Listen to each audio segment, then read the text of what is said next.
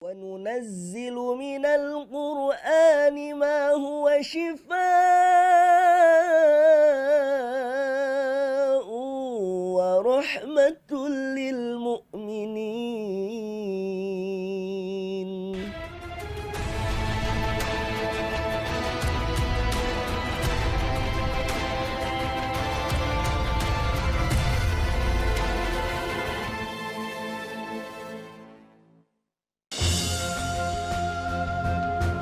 Sebagai makhluk Allah yang dianugerahi akal, manusia sering mencari hakikat keberadaannya di dunia. Fitrah manusia harus terus dipelihara dan dikembangkan sejak seorang manusia lahir dari rahim ibunya. Begitu lahir ke dunia, anak adalah tabula rasa, layaknya kertas kosong. Peran orang tua sangat penting untuk menjadikan seorang manusia menjadi baik dan terus bertauhid di masa depan. Di bulan baru setelah tempaan Ramadan, mari kembali fitrah. Kembali ke asal muasal baiknya kekhalifahan manusia sebagai makhluk mulia di muka bumi. Mari simak bahasannya hanya di Ruqyah Live on Digital. Assalamualaikum warahmatullahi wabarakatuh. Rabbi shrah li sadri wa yassir li amri wahlul 'uqdatam min lisani yafqahu qawli. Allahumma shalli ala sayidina Muhammad wa ala ali sayidina Muhammad. Bismillahirrahmanirrahim. Apa kabar pemirsa Ruqyah Live on Digital? Jumpa lagi dari 3 platform, dari YouTube, dari Instagram dan juga Facebooknya Ruqyah Trans 7. Bahasan kali ini kembali fitrah. Setelah kita melewati 1 bulan penuh berpuasa Ramadan, kita memaknai surat Ar-Rum ayat 30 dalam sudut pandang Ruqyah. Fitrah adalah basis bagi setiap manusia untuk menjalankan tugasnya, yaitu beribadah. Dengan fitrah, potensi kekhalifahan manusia dapat digali dan dikelola. Menjaga fitrah membuat manusia otomatis bergantung kepada Allah dan tidak bekerja sama dengan setan ataupun jin. Nah, di bulan Ramadan kemarin, terpaan kita untuk kembali menjadi fitrah adalah momentum yang sangat berharga. Setiap tahun Allah izinkan kita untuk menikmati bulan Ramadan, di mana bulan kita untuk kembali menjadi fitrah. Kita diskusikan soal fitrah ini bersama Ustadz Muhammad Faizar. Assalamualaikum Ustadz Faizar. Waalaikumsalam warahmatullahi wabarakatuh. Ustadz, ini bahasannya tentang fitrah. Setelah selesai bulan Ramadan nih Ustadz, banyak orang mengatakan bahwa bulan kembali menjadi fitrah, kaitannya dengan Idul Fitri. Apa sebenarnya makna fitrah ini Ustadz? Kalau kita bahas dari apa yang disampaikan, apa yang difirmankan Allah dalam surat Ar-Rum ayat 30, fa'aqim wajhaka lid-dini hanifa fitratallahi allati fatara an-nasa 'alaiha la tabdila li khalqillah dzalikad dinul qayyim walakinna aktsaran nasi la ya'lamun. Dan hadapkanlah wajahmu kepada agama yang hanif, yakni fitrahnya Allah yang telah Allah gariskan kepada manusia padanya. Jadi saya nggak berani menafsirkan sendiri, jadi saya ambil dari kitab Tafsir Qur'anil Azim karya Al-Imam Ibnu Katsir rahimahullah ta'ala. Ya, jadi yang dimaksud fitrah di sini ya Islam maksudnya. Jadi di sini katakan allati fatarallahul khalqa 'alaiha, yang mana dengan fitrah itu Allah telah memfitrahkan makhluk itu di atasnya. Fa'innahu ta'ala fatara khalqahu ala ma'rifatihi wa tauhidihi. Jadi Allah Ta'ala telah memfitrahkan makhluk-makhluknya, menggariskan makhluk-makhluknya di atas pengetahuannya. Jadi setiap makhluk itu fitrahnya adalah mengenal Allah Ta'ala dan mentauhidkan Allah Ta'ala. Mentauhidkan artinya apa? Mengesahkan Allah, menjadikan Allah sebagai Tuhan yang Maha Satu. Baik dari segi uluhiyahnya, peribadatan kita mengesahkan Allah Ta'ala, tidak beribadah kepada yang lain. Menyembelih hanya untuk Allah, berdoa hanya kepada Allah Ta'ala. Ya, dan seluruh ibadah-ibadah yang lain, sholat juga hanya untuk Allah Ta'ala. Baik dari segi rububiyahnya, kita meyakini Allah Ta'ala adalah Tuhan yang esa dalam hal penciptaan. Gak ada pencipta lain selain Allah Ta'ala. Memberikan rezeki, hanya Allah Ta'ala saja yang memberikan rezeki. Mematikan, hanya Allah Ta'ala saja yang bisa mematikan. Menghidupkan juga hanya Allah Ta'ala saja yang menghidupkan. Itulah fitrah yang sejati yang disematkan di dalam hati setiap makhluk, khususnya pada manusia dan juga jin. Wa annahu la ilaha ghairuh, dan tidak ada Tuhan selain Allah. Tidak ada Tuhan selainnya. Jadi itu fitrahnya manusia dan juga jin itu adalah mengenal siapa Tuhannya, mengenal Allah, mentauhidkannya, dan mengetahui bahwasanya tidak ada Tuhan selain Dia. Kama taqaddama 'inda qoulihi ta'ala, sebagaimana yang telah didahulukan di dalam firman-Nya Allah Ta'ala dalam surat Al-A'raf di juz 9 ayat 172. Ya.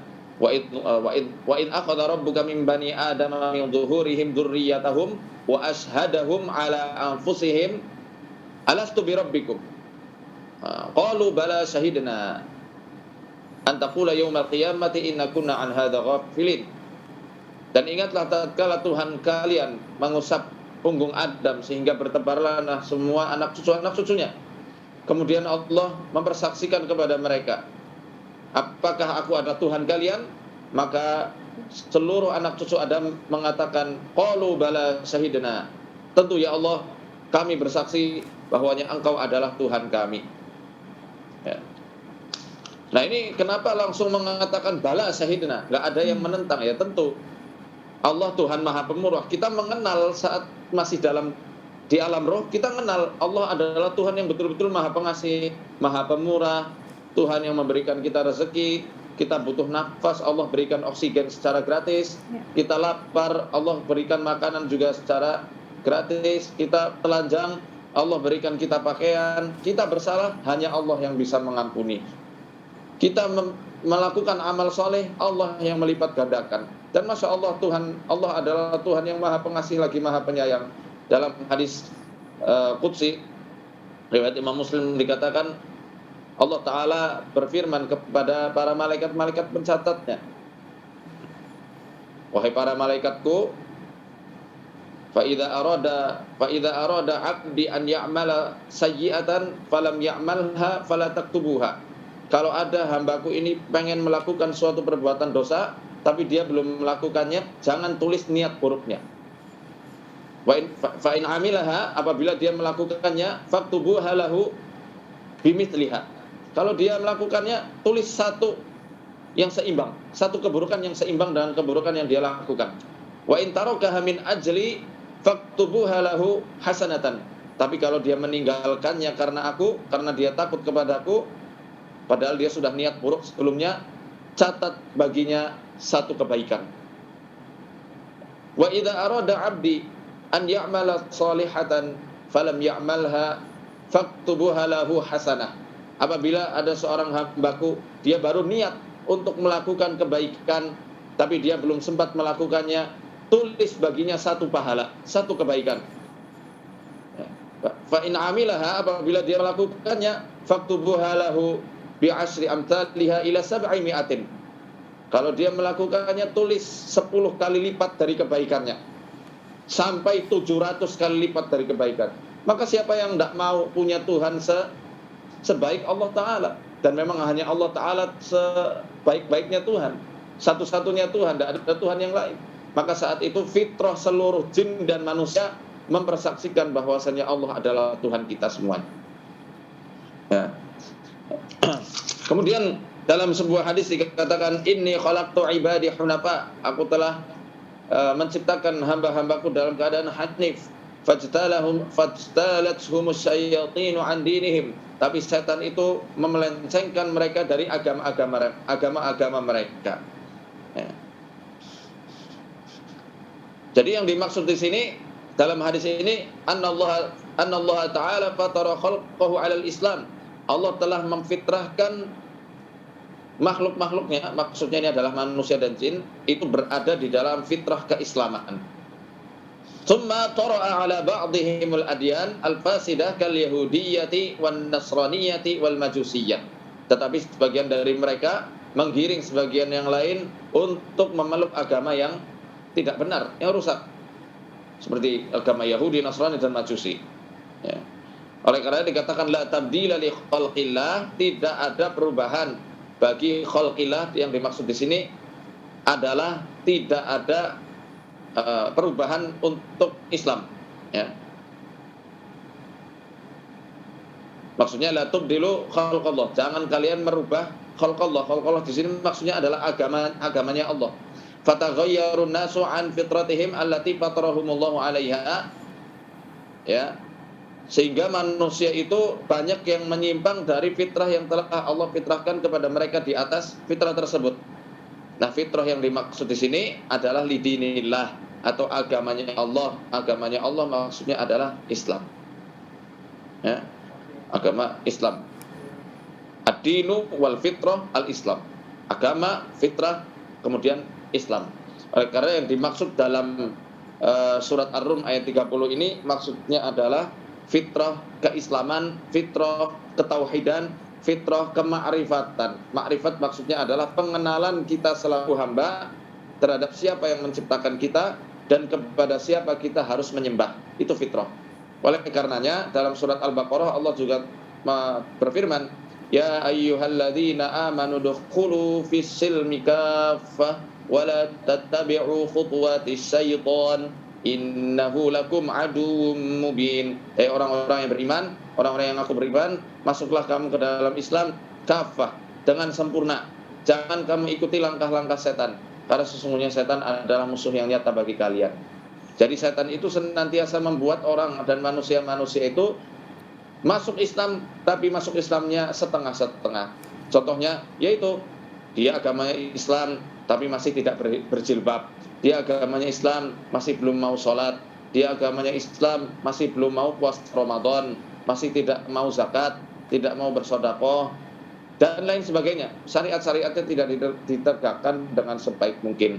Inilah celah-celah setan untuk menggelincirkan manusia sehingga lepas dari fitrahnya Allah Ta'ala, yakni Islam, tauhid, dan juga pengenalan diri kita kepada siapa pencipta kita dan siapa ilah kita.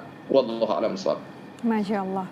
Nah, Ustadz Faizar, artinya kan kemarin mungkin ini juga dialami oleh kebanyakan orang gitu, selama 1 bulan berpuasa itu kan rasanya kita menjadi jauh lebih soleh dan solehah, jauh lebih dekat begitu. Karena memang aura dan dimensi sekitarnya itu memang penuh dengan nuansa ibadah begitu ya.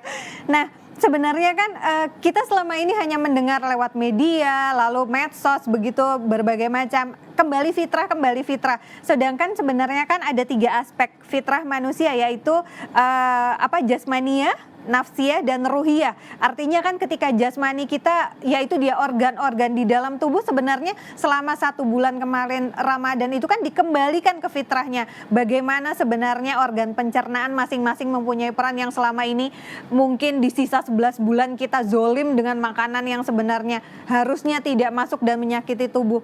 Nah, ketika seseorang berhasil begitu 1 bulan digojlok begitu masalah fitrah ini, apa sih indikasi tanda-tandanya orang setelah kembali fitrah di bulan Syawal itu ada keberhasilan begitu, Ustadz Faizar?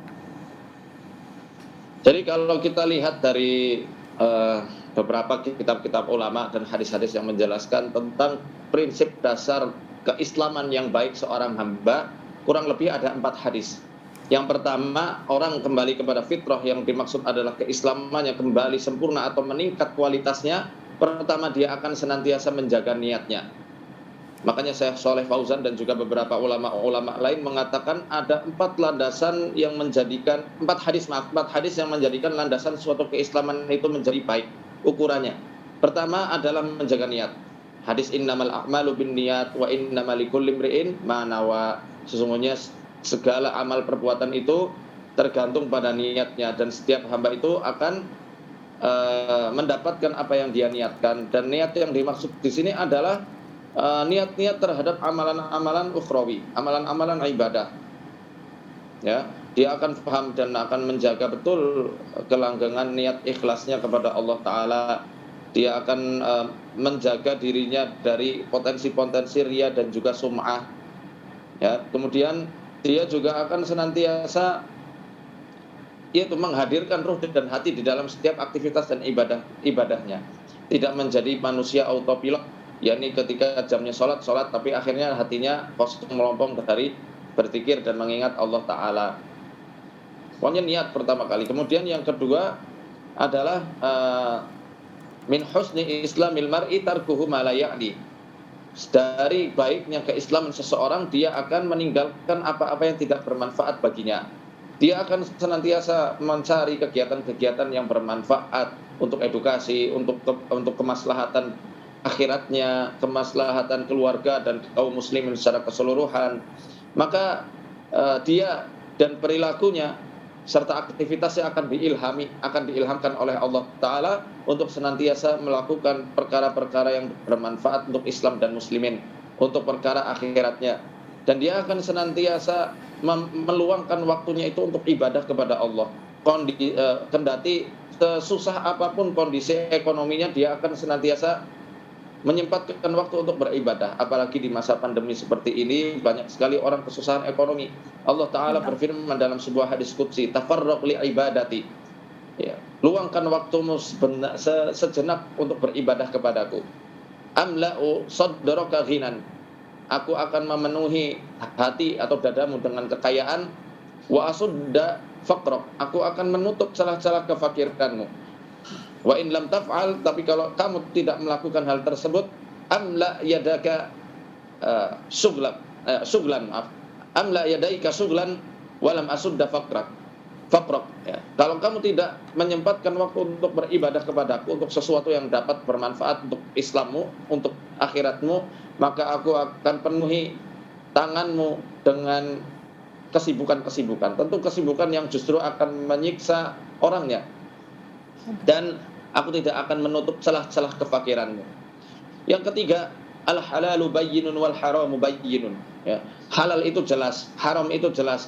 Dan di antara keduanya ada yang namanya subhat. Maka orang-orang yang sudah kembali kepada fitrahnya, dia akan lebih menetapi hal-hal yang Allah halalkan, menjauhi apa yang Allah haramkan, dan juga menjauhi apa-apa yang menjadi subhat, belum jelas halal haramnya. Nah, kemudian yang keempat adalah tentang al-haya. Al-haya ini adalah rasa malu terhadap Allah Ta'ala. Jadi Rasulullah SAW pernah bersabda, malulah kalian kepada Allah dengan sebenar-benarnya malu. Para sahabat saat itu mengatakan, kami telah malu kepada Allah, wahai Rasul. Yang dimaksud malu kepada Allah adalah malu dengan perutmu malu dengan perutmu dengan apa yang engkau makan, malu dengan kepalamu dengan apa yang engkau pikirkan, ya. Dan malu tatkala kamu menjadikan dunia itu sebagai prioritas utama dibandingkan akhiratmu. Itulah sebenar-benarnya malu. Nah, ini akan bertambah rasa zuhudnya, akan bertambah kehati-hatiannya pada apa yang dia makan, pada apa yang dia pikirkan, pada apa yang dia lihat dan dia dengar. Ini insya Allah yang menjadi tanda manusia telah mencapai fitrahnya atau kembali pada fitrah keislamannya dan ketauhidannya. Dia akan lebih cenderung pada ketaatan dan ketauhidan daripada kepada dosa serta kesyirikan. Wallahu a'lam bishawab. Masya Allah. Ustadz Faizar, ini tanpa berlama-lama kita menyapa dulu nih yang sudah menunggu untuk berbicara dengan Ustadz. Ada Mbak Citra di Merauke, Papua, Ustadz. Assalamualaikum Mbak Citra. Iya, waalaikumsalam warahmatullahi wabarakatuh. Waalaikumsalam warahmatullahi wabarakatuh. Mbak Citra, ini sudah ada Ustadz Muhammad Faizar. Monggo silahkan bercerita langsung dengan Ustadz Faizar kondisi yang saat ini Mbak Citra alami. Jika yang berkenan disampaikan, monggo. Jika tidak usah disampaikan. Silakan Mbak Citra. Ya, baik. Assalamualaikum Ustadz. Waalaikumsalam warahmatullahi wabarakatuh. Iya. Silakan Mbak. Ya, jadi saya mau bercerita tentang yang saya alami. Itu dimulai sejak akhir tahun 2018 itu saya merasa ada yang mengganjal, maksudnya nggak sreg dengan apa yang terjadi dalam hidup saya dan seperti ada gangguan gitu. Jadi sejak nonton ruqyah itu dan mencari-cari peruqyah juga di sini, alhamdulillah ada. Lalu saya mencoba untuk minta di ruqyah di sini. Untuk awal-awalnya itu hanya menangis aja ya reaksinya, tapi lalu berikutnya mulai muncul kelihatan yang mengganggu saya begitu banyak hal, dan hampir sering seperti kehilangan kesadaran, tapi masih aktivitas sih, hanya kadang kayak ada yang bicara dalam tubuhnya saya gitu, ada yang bicara dengan dirinya saya, bicara-bicara sendiri, kadang terjadi komunikasi dua arah antara saya dengan yang bicara itu, suara-suara itu, kadang juga saya hanya sebagai pendengar gitu, nggak bisa berinteraksi dengan apa yang saya dengar, suara-suara yang bicara dengan saya kayak gitu. Seperti Ibu sering mimpi serigala atau anjing? Kalau itu tidak, sesekali saja tapi jarang. Kalau Oh iya. kalau Iya. mengenai mimpi-mimpi, kita kan juga ikuti ruqyah apa namanya di Instagram itu kan kadang kan sudah saya pelajari tentang ciri-cirinya apa begitu. Yang sering saya mimpi kebanyakan air laut, danau, Air air laut. keruh, banjir, seperti begitu-begitu. Kolam, terus kadang-kadang beberapa kali itu bukan dikejar anjing lagi, digigit gitu. Pernah mimpi naik motor jalan terus ada anjing yang tiba-tiba dari posisi duduk mengejar saya, gigitin betis gitu. Anjing Terus hitam ya? juga enggak sih, kalau anjingnya nggak ingat warnanya, cuman mimpi dikejar gitu, Oke, digigit. baik. Terus mimpi masuk ke WC juga macam merasa pipis gitu Ya. kan. Kalau mimpi sih begitu. Tapi kalau di keseharian sholat itu kadang susah, terganggu. Pernah juga sempat kalau mendengar azan itu nggak bisa gitu, kayak kesakitan, nggak mau dengar, tutupin telinga yang benar-benar tutup gitu, nggak mau dengar sama sekali. Tapi itu berlangsung hanya mungkin beberapa hari saja. Setelah itu nggak lagi, sampai sekarang nggak. Ya Baik. seperti begitulah kurang lebih. Baik. Ya, sebelumnya coba saya lihat tangannya. Tangan kanan apa kiri tuh? Dua-duanya.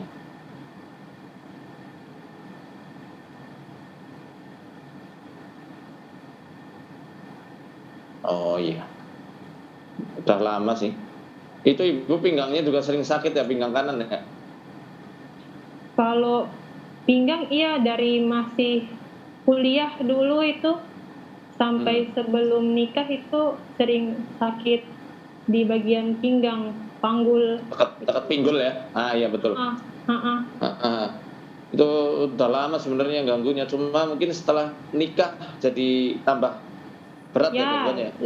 Lebih parahnya itu setelah nikah itu hawanya tuh emosi naik turun tuh cepat sekali, hal-hal sepele saja langsung tersulut emosi saya, nggak bisa, maksudnya sudah benar-benar nggak bisa kontrol diri. Beda dengan waktu masih bujang gitu, masih kerja biasa aja marah-marah tapi masih bisa kontrol diri gitu. Terus yaitu sejak mulai saya ruqyah beberapa kali, semakin kesininya ada saja gangguannya kayak gitu. Terus juga banyak macam sih yang pada saat kesurupan ya, maksudnya pada saat kesurupan kadang ngomong juga itu yang di dalam itu, ada yang bilang ular lah, ada yang bilang monyet lah, ada juga yang nggak jelas datang dari jauh, dari mana, ada yang dari sekitar daerah saya sini, di pantai lah, di mana lah, kayak gitu-gitu. Iya. Ya memang kalau seperti itu kan membentuk suatu lingkaran pusaran. Biasanya adanya di ulu hati. Ya, sering mual, sesak? Kalau mual sesak itu saya pikir mungkin karena mah ya dari sekolah. Ada mahnya ya. Ya. Ada sakit mah, cuman setelah mungkin beberapa tahun belakangan sudah tidak sering. Waktu masih sekolah, masih kuliah saja yang sering sakit mah gitu. Terus juga saya ada gimana? Terus yang saya heran juga kan, katanya kalau kita ada kena sihir atau jin, ada penyakit yang sebenarnya obatnya mudah tapi tidak sembuh-sembuh. Yang saya alami itu telapak kaki saya dua-duanya itu terkupas semacam seperti mau dibilang kulit pecah-pecah, tapi bukan begitu. Soalnya seluruh dari ujung jari sampai tumit belakang itu semuanya Terus terkupas-kupasnya tuh sampai kulit kaki yang bagian tipisnya tuh kelihatan. Dikasih salep apa saja, sudah berapa kali ke dokter umum, ke dokter kulit, tetap tidak bisa sembuh-sembuh. Terus sejak ruqyah itu, dan saya juga ruqyah mandiri, saya tidak tinggal di rumah orang tua lagi, saya tinggal sendiri sama suami. Di sana juga kan suami biasa ruqyahin saya juga ruqyah sendiri. Nah itu kondisi kaki saya sudah membaik, nggak seperti dulu lagi gitu. Alhamdulillah. Iya ya. Ya memang kondisi yang seperti itu bikin sakit kulit juga biasa. Oh, Nanti tinggal ini aja, Mbak rutin minum kurma ajwa. minum. Makan. Oh ya. Kalau saya ada ramuan namanya kurma ajwa sidar kasimi namanya. Itu ramuan yang memang didesain khusus untuk mengobati gangguan jin, sihir dan ain. Oh iya. Ya, saya kebiasaan ngomong minum. Nanti dimakan aja boleh dimakan. Kayak kurma yang yang masih butiran juga bisa, Iya. mau pakai ke ajwa sidar juga bisa. Itu banyaknya bagaimana? Ada Satu sendok. Ada 1 sendok teh nanti diminum. Kalaupun masih berbentuk kurma ajwa, nanti diminumnya dimakannya 7 butir. Sesuai setiap sunnahnya hari, setiap pagi. setiap Dan pagi petang. 7. Oh, jadi pagi Pagi 7, petang 7. Iya. Dan itu sambil dilakukan zikir pagi petang. Oh iya. Ya, Ya nanti baik. cari buku zikir pagi petang namanya Hisnul Muslim. Itu diambil dari berbagai macam zikir-zikir yang sesuai sunnahnya Nabi Shallallahu Alaihi Wasallam. Oh iya, baik Ustaz. Ya. Terus? Kemudian itu yang di lingkaran kan kayak muter-muter ya. Biasanya kalau mereka itu mau masuk, yang paling pertama kali ngerasa di mana? Di ulu hati bukan? Yang lebih ngerasa tuh di pundak sini, nggak enak. Pundak ya? bagian sini, Oh, di tengkuk. ini iya. Dan Iya, lebih baik. seringnya itu kalau lagi sama suami tuh biasa saya dipegang di kepala sini atau di belakang sini, itu langsung bagaimana ya istilahnya, kayak macan ngamuk gitu, beringas Baik. langsung, nggak suka sampai nendang-nendang, mukul-mukul gitu. Oke, berarti nanti ada bidara enggak? Daun bidara? Di sini ada, masih di Ada, pohonnya ya. Kalau bisa bidara upas, cari 7 butir, 7 helai ditumbuk. 7 helai ditumbuk, nanti kalau udah sampai keluar sarinya, sudah mulai lemah, udah mulai Lemas. lemas, taruh di zaitun, kemudian dibacakan ayat-ayat ruqyah, surat Yasin ayat 9, ayat kursi ya tentunya, maaf, Al-Fatihah, ayat kursi, Al-Fatihah, saya ulangi, Al-Fatihah, ayat kursi, surat Yasin ayat 9, Al-Ikhlas, Al-Falaq, An-Nas. Dan tambahannya surat Yasin ayat 9 aja. Wa ja'alna min baini aydihim saddan wa min khalfihim saddan fa aghshaynahum fa hum la yubsirun. Kalau bisa malah ditambah surat Al-Kahfi kalau hafal. Kalau enggak bisa baca itu Al-Qur'an. Hatta idza balagha baina as-saddaini wajada min dunihima qauman la yakaduna yafqahuna qawla. Qalu ya dzal qarnaini inna ya'juja wa ma'juja mufsiduna fil ardi fahal naj'alu laka kharjan ala an taj'ala bainana wa bainahum sadda. Itu dibaca. Oh, Ustaz, maaf. Saya rasa tidak suka barusan. Iya, makanya itu tadi dibaca. Nyaman. Ya. Barusan Idza Ustaz sampaikan barusan itu dibacain, saya rasa tidak suka gitu. yang nggak suka bukan ibunya. Iya, cuman saya lagi kontrol. Silumannya itu. Iya, sama Siluman suami juga anjing. kadang begitu. Dipeluk itu langsung dorong gini, menolak, nggak mau. Nah, Mbak, Ibu, maaf Bapak Ibu ya. Wis lah baca. Iya. Kalau misalnya kayak begitu ya, mau mendorong, Ibu paksakan peluk suaminya. Peluk. Iya, biasa suami yang bekap. Cuman Nah, sayanya ibu ikutan ini. bekap juga. Oh, gitu.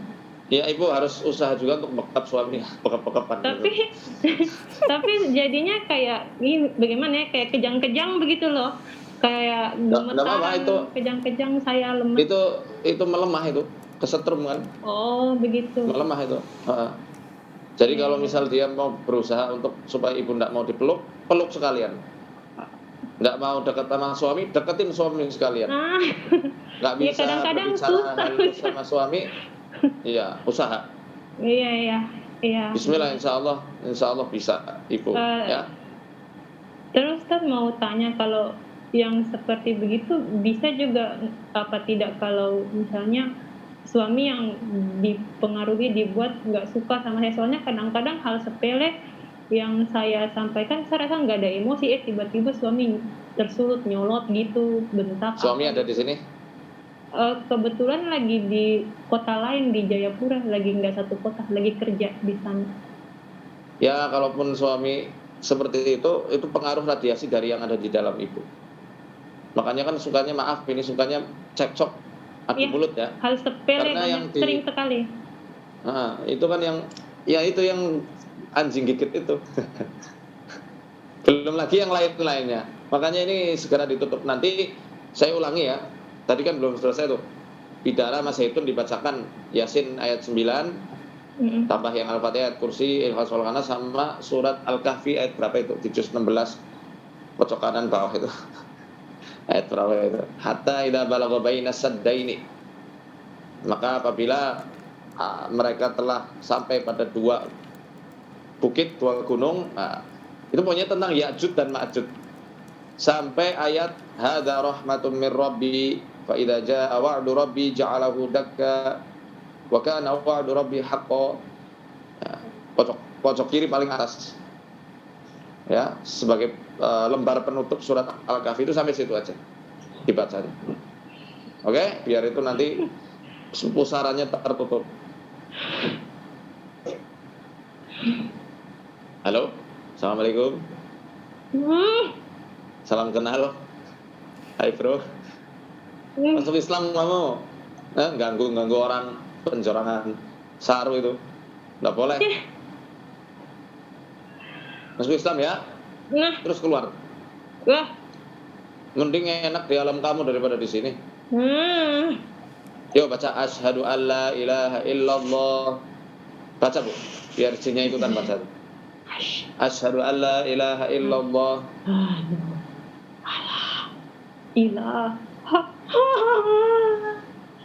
Illallah.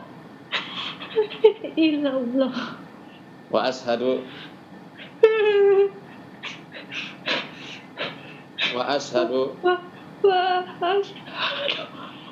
anna Muhammadan Rasulullah. Selamat Islam, selamat. Tidak ada Islam mana keluar ya. Enak kan, pokoknya ibunya sholat, kamu ikut sholat ya. Syahadat, kamu ikut syahadat. Sekarang biar lebih enak keluar.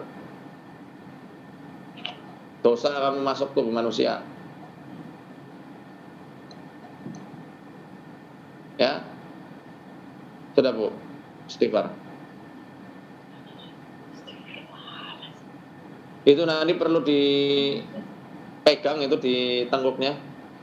Sebenarnya kalau ada orang di sekitaran ibu bisa saya bimbing sekarang, tapi kalau enggak ada enggak apa-apa, nanti lain waktu aja ya, dipegang di sini. Sambil dibacakan surat Al-Kahfi ayat 1 sampai 110. Sama surat Ad-Dukhan ayat 1 sampai 59. Semuanya. Hamim wal kitabil mubin. Inna anzalnahu fi lailatin mubarakatin inna kunna mundzirin sampai akhir. Iya. Mau saya bacakan? Kalau saya bacakan nanti harus ada yang mendampingi karena khawatir nih reaksinya pasti keras. Ada yang dampingi enggak? Kebetulan nggak ada siapa-siapa. Oh iya sudah jadi. Ustadz Faizar. Reaksi soalnya. Ya Mbak Nida. Ustadz Faizar, yang dialami Ibu Citra ini apa Ustadz sebenarnya indikasinya Ustadz? Nasab. Tapi tidak menutup kemungkinan ya itu ada lemparan juga tuh. Lemparan-lemparan dari ya wallahu a'lam lah. Iya. Tapi memang tadi tersulutnya cepat sekali ya. Sebentar Ustadz, saya penasaran tadi ketika Ustadz menyatakan yang lewat mimpi yang ada yang menggigit yang anjing itu ya. Bu Citra tadi ketika mendengar beberapa ayat yang dibacakan Ustadz Faizar Kahfi itu reaksinya langsung kontak. Kenapa Bu Citra? Apa yang dirasakan? Rasa apa ya? Tidak nyaman, tidak suka, nggak mau dengar pokoknya. Nggak suka sekali rasanya. Di dalam diri tuh bergejolak, ibarat air tuh mendidih gitu, meronta-ronta gitu di dalam, rasanya seperti begitu kurang lebih. Nah, kondisi yang dialami Bu Citra ini kan di Merauke ya Ustadz ya. Mungkin apa ya, kondisi di Merauke juga kan tidak seini di Jawa begitu. Gimana harus bisa diruqyah sendiri atau suaminya di kota lain di Jayapura atau harus pergi ke peruqyah atau bagaimana nih Ustadz? Kalau saran saya sih harus pergi ke peruqyah yang memang profesional. Maksudnya dia itu betul-betul ahli dan membidangi. Karena kasusnya ibu ini memang butuh bimbingan dari para peruqyah syariah. Di mana, di Merauke ya? Tinggalnya di mana? Pak. Iya, di Merauke. Ya Pak Ustadz. Di Merauke siapa ya? Saya kurang tahu loh. Tapi insya Allah ada peruqyah syariah di sana. Ada. Iya. Tadi coba googling aja. Iya. Tapi sebelumnya Bu Citra sudah diruqyah ya? Bagaimana? Sudah diruqyah? Iya, sempat diruqyah beberapa kali, tapi beda orang. Maksudnya di dua orang berbeda. Yang satu ini saya rasa kalau ngikuti acara ruqyah menurut saya memang syariah, tapi kalau yang dua yang saya pernah ikuti perasaan saya enggak, ini bukan syar'i. Metodenya memang jadi, bagaimana Ibu yang sebelumnya? Kalau yang saya rasa kurang serg itu ini apa ya? Saya posisinya setelah di ruqyah nanti ditekan atau ditusuk di daerah titik-titik yang mungkin menurut peruqyahnya jinnya bersembunyi di situ gitu. Dan diajak pakai kayu. Oh, itu nggak benar tuh. Pakai kayu terus apa ya? Nanti setelah selesai di ruqyah dibacain ayat-ayat Al-Quran di air, kan disuruh pakai air aqua atau fit besar begitu, nanti disuruh minum airnya itu gitu. Tapi nusuknya keras enggak? Kalau enggak keras mungkin masih bisa lah seperti itu, tapi kalau keras nusuknya kadang sakit. Apa setelah di ruqyah itu berasa sakitnya masih ketinggalan. Jadi saya kadang iya, betul. Soalnya kan boleh sebenarnya ruqyah pakai pemencetan titik-titik refleksi, tapi kalau asal mencet pakai kayu lagi itu sebenarnya enggak boleh gitu. Iya, sakit Ustaz. Soalnya setelah di ruqyah sakitnya masih ketinggalan gitu, masih berbekas rasanya. Terus kalau yang satunya pernah itu ruqyahnya modelnya ruqyah masal gitu kan, orangnya banyak dengan segala macam masalah yang kurang lebih sama gangguan jin begitu. Terus nanti tapi di samping bacaan ayat-ayat ruqyah ada seperti sholawat apa segala macam begitu yang saya kurang paham juga sebenarnya. Nah setelah itu nanti sama juga dikasih air bawa pulang untuk diminum begitu. Kalau yang pengalaman saya waktu saya ruqyah yang itu, saya sampai ngamuk-ngamuk kan, ditahan sama, nggak ingat itu laki-laki perempuan campur, mungkin di badan saya ditahan tapi masih bisa bangkit lagi begini, orang mental semua. Yang pada saat posisi begitu itu ngamuk-ngamuk kayak apa ya, posisinya jari-jari tangan apa kayak macan lah begitu. Bukan macan, anjing gitu. Oh gitu, kurang tahu. Kayak serigala. Soalnya model-model karakter jin jenis harimau sama jin jenis serigala hampir-hampir mirip ya.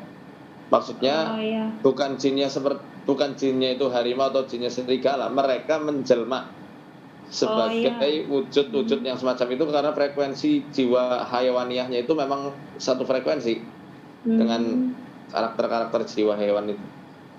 Oh iya, iya Ustaz.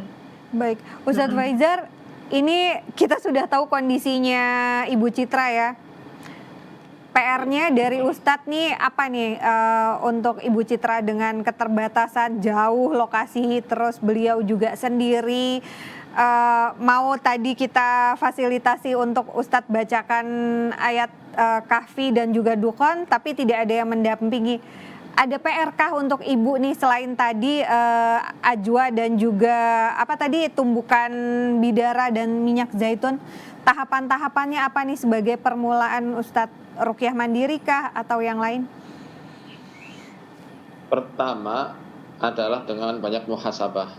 Saya tidak merekomendasikan ruqyah sementara untuk Ibu, karena sudah terpola di pikiran kalau ruqyah itu nanti kesurupan. Ini bahaya, bukan ruqyah yang salah.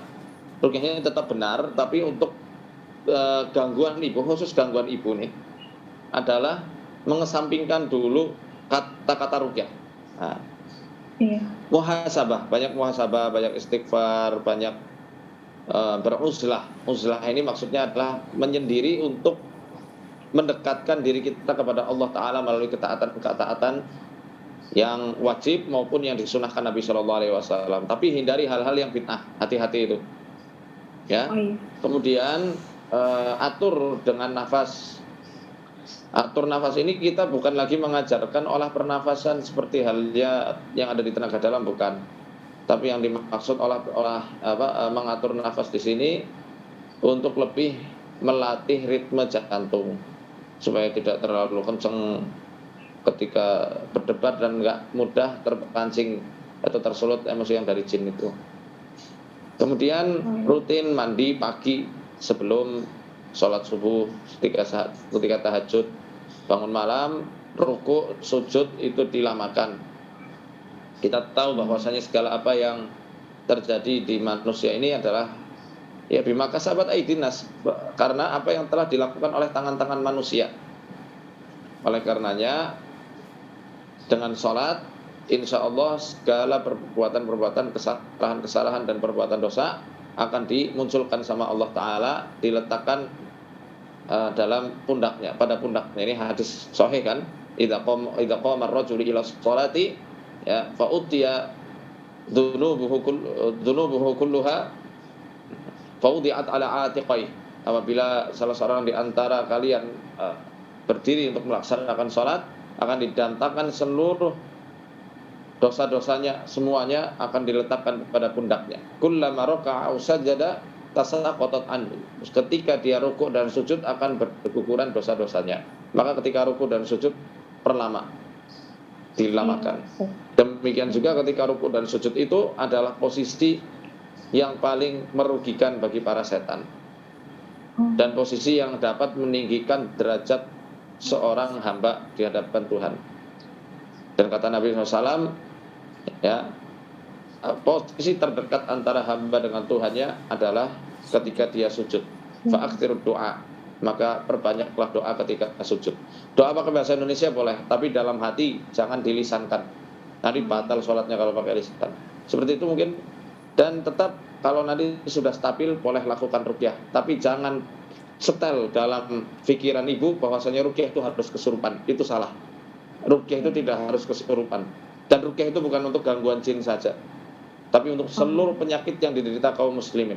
Baru nanti kalau pola pikir ibu sudah baik dan jin tidak bisa mempermainkan ibu pada celah-celah memori ibu, silahkan menggunakan kata-kata ruqyah lagi.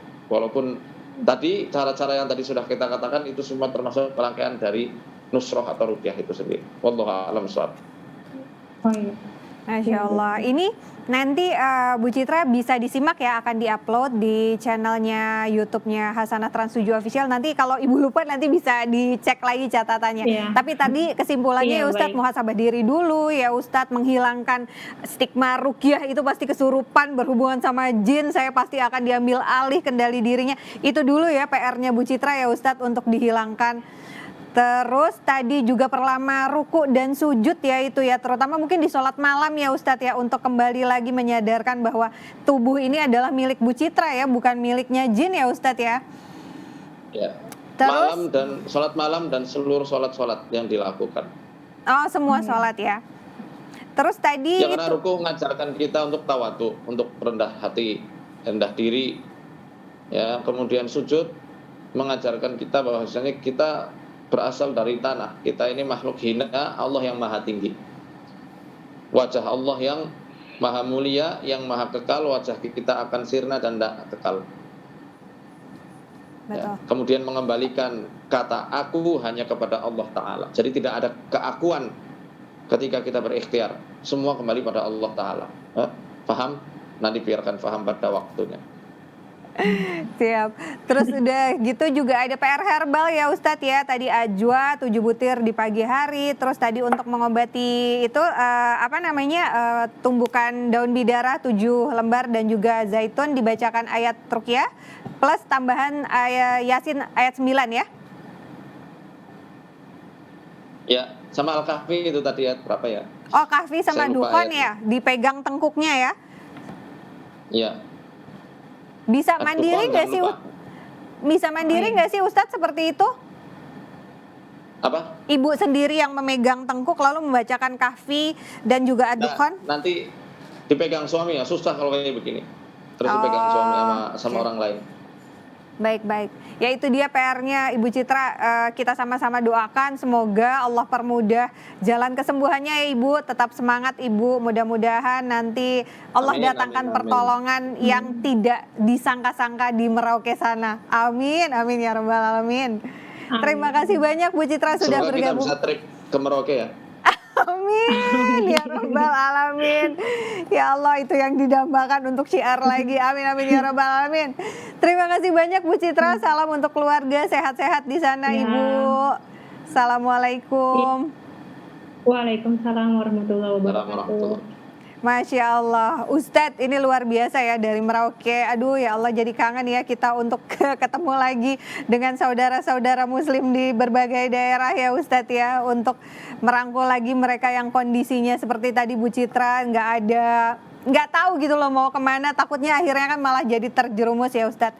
Ya kita nggak pernah tahu rahasia Allah. Semoga Allah izinkan suatu saat untuk kembali syiar ya Ustadz ya. Amin ya Rabb. Amin. Ustadz, pesan nih Ustadz di hari yang kembali fitrah ya, bukan fitri. Karena fitri itu maknanya berbeda ya Ustadz dengan fitrah, betul tidak? Koreksi saya kalau salah. Idul Fitri itu artinya, Idul Fitri maksudnya adalah hari kembali untuk makan.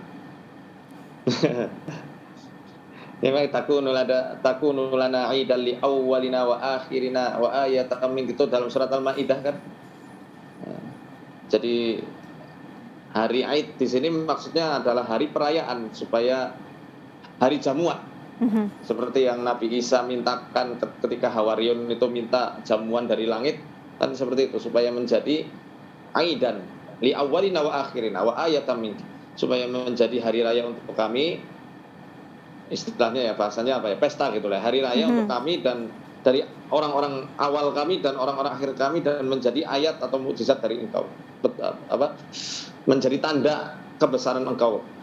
Nah, ketika Maidah, ketika jamuan dari langit diturunkan ke bumi. Nah, Idul Fitri maksudnya adalah hari raya untuk kembali makan lagi, iftar. Nah, seperti itu. Tapi sebenarnya mungkin yang paling pas adalah fitrah ya Ustadz ya, pasca Ramadan ya. Itu yang paling pas sebenarnya untuk kita kembali menyadari hitoh kita sebagai khalifah manusia yang diciptakan Allah, diturunkan di muka bumi ini. Sebenarnya apa sebenarnya keberadaan kita sebagai seorang muslim untuk muslim lainnya ya begitu? Iya, itu sebenarnya yang harus diingat kembali, bahwasanya Ramadan ini kan adalah suatu madrasah, bahkan jamiah, suatu tempat perkuliahan untuk menggembleng dan mendidik jiwa-jiwa kaum muslimin. Ingat Nabi SAW pernah bersabda, innamal ilmu bitta'allum wa innamal hilmu bittahallum. Ilmu itu didapatkan dengan belajar, dan sifat hilm, sifat yang mulia. Al-hilm kan artinya sifat yang mulia itu dilakukan dengan cara melatih diri. Nah, puasa ini adalah salah satu tempat melatih diri kita untuk menggapai sifat-sifat hilm, sifat-sifat yang mulia, tidak tergesa-gesa, tidak juga melakukan hal-hal yang serampangan, kemudian menjadi salah satu sarana untuk menempa diri kita untuk lebih mulia lagi di hadapan Allah Ta'ala. Dan ingatlah, Ramadan ini adalah madrasah juga untuk menggembleng jiwa kita, niat kita untuk mengikhlaskan segala sesuatunya itu hanya untuk Allah Ta'ala. Ya, kembali lagi kepada tauhid tadi. Mungkin manusia yang sudah menjadi ahlul iman, orang yang beriman, orang yang Islam, banyak yang sudah paham dan mengamalkan konsep-konsep tauhid uluhiyah. Dia beribadah hanya untuk Allah dan menjauhi perkara-perkara syirik. Tapi maaf, dalam konsep-konsep rububiyah dia kadang lupa menjadikan dirinya sendiri sebagai sekutunya Allah Ta'ala. Ya, sok pahlawan, dalam artian kalau bukan aku yang ngobatin, orang itu tidak bisa sembuh. Lah, siapa kamu? Kalau bukan aku yang nolong, orang itu akan terus kelaparan. Nah, kamu siapa? Kamu sebagai cuma perantaraan dari Allah saja. Yang berikan rezeki itu ya Allah melalui dirimu atau melalui orang lain, tanpa dirimu atau dengan adanya dirimu. Kalau Allah pengen berikan rezeki, Allah berikan. Ya. Dengan konsep seperti ini nanti kita akan lepas dari yang namanya sifat riya dan sum'ah. Wallahu a'lam bishawab. Wa ilaihi al-marji wal ma'ab. Terima kasih banyak Ustadz Faizar. Salam untuk keluarga. Selamat berlebaran di sana. Minal aidin wal faizin. Mudah-mudahan nanti Allah izinkan di Syawal atau di bulan selanjutnya untuk berjumpa dan kembali syiar. Sehat-sehat terus Ustadz. Assalamualaikum. Amin ya Rabbal. Assalamualaikum warahmatullahi wabarakatuh. Terima kasih banyak pemirsa Ruqyah Live on Digital, suasananya ceria banget. Saya kembali mengucapkan minal aidin wal faizin, mohon maaf lahir dan batin di 1442 Hijriah. Mohon maaf lahir dan batin.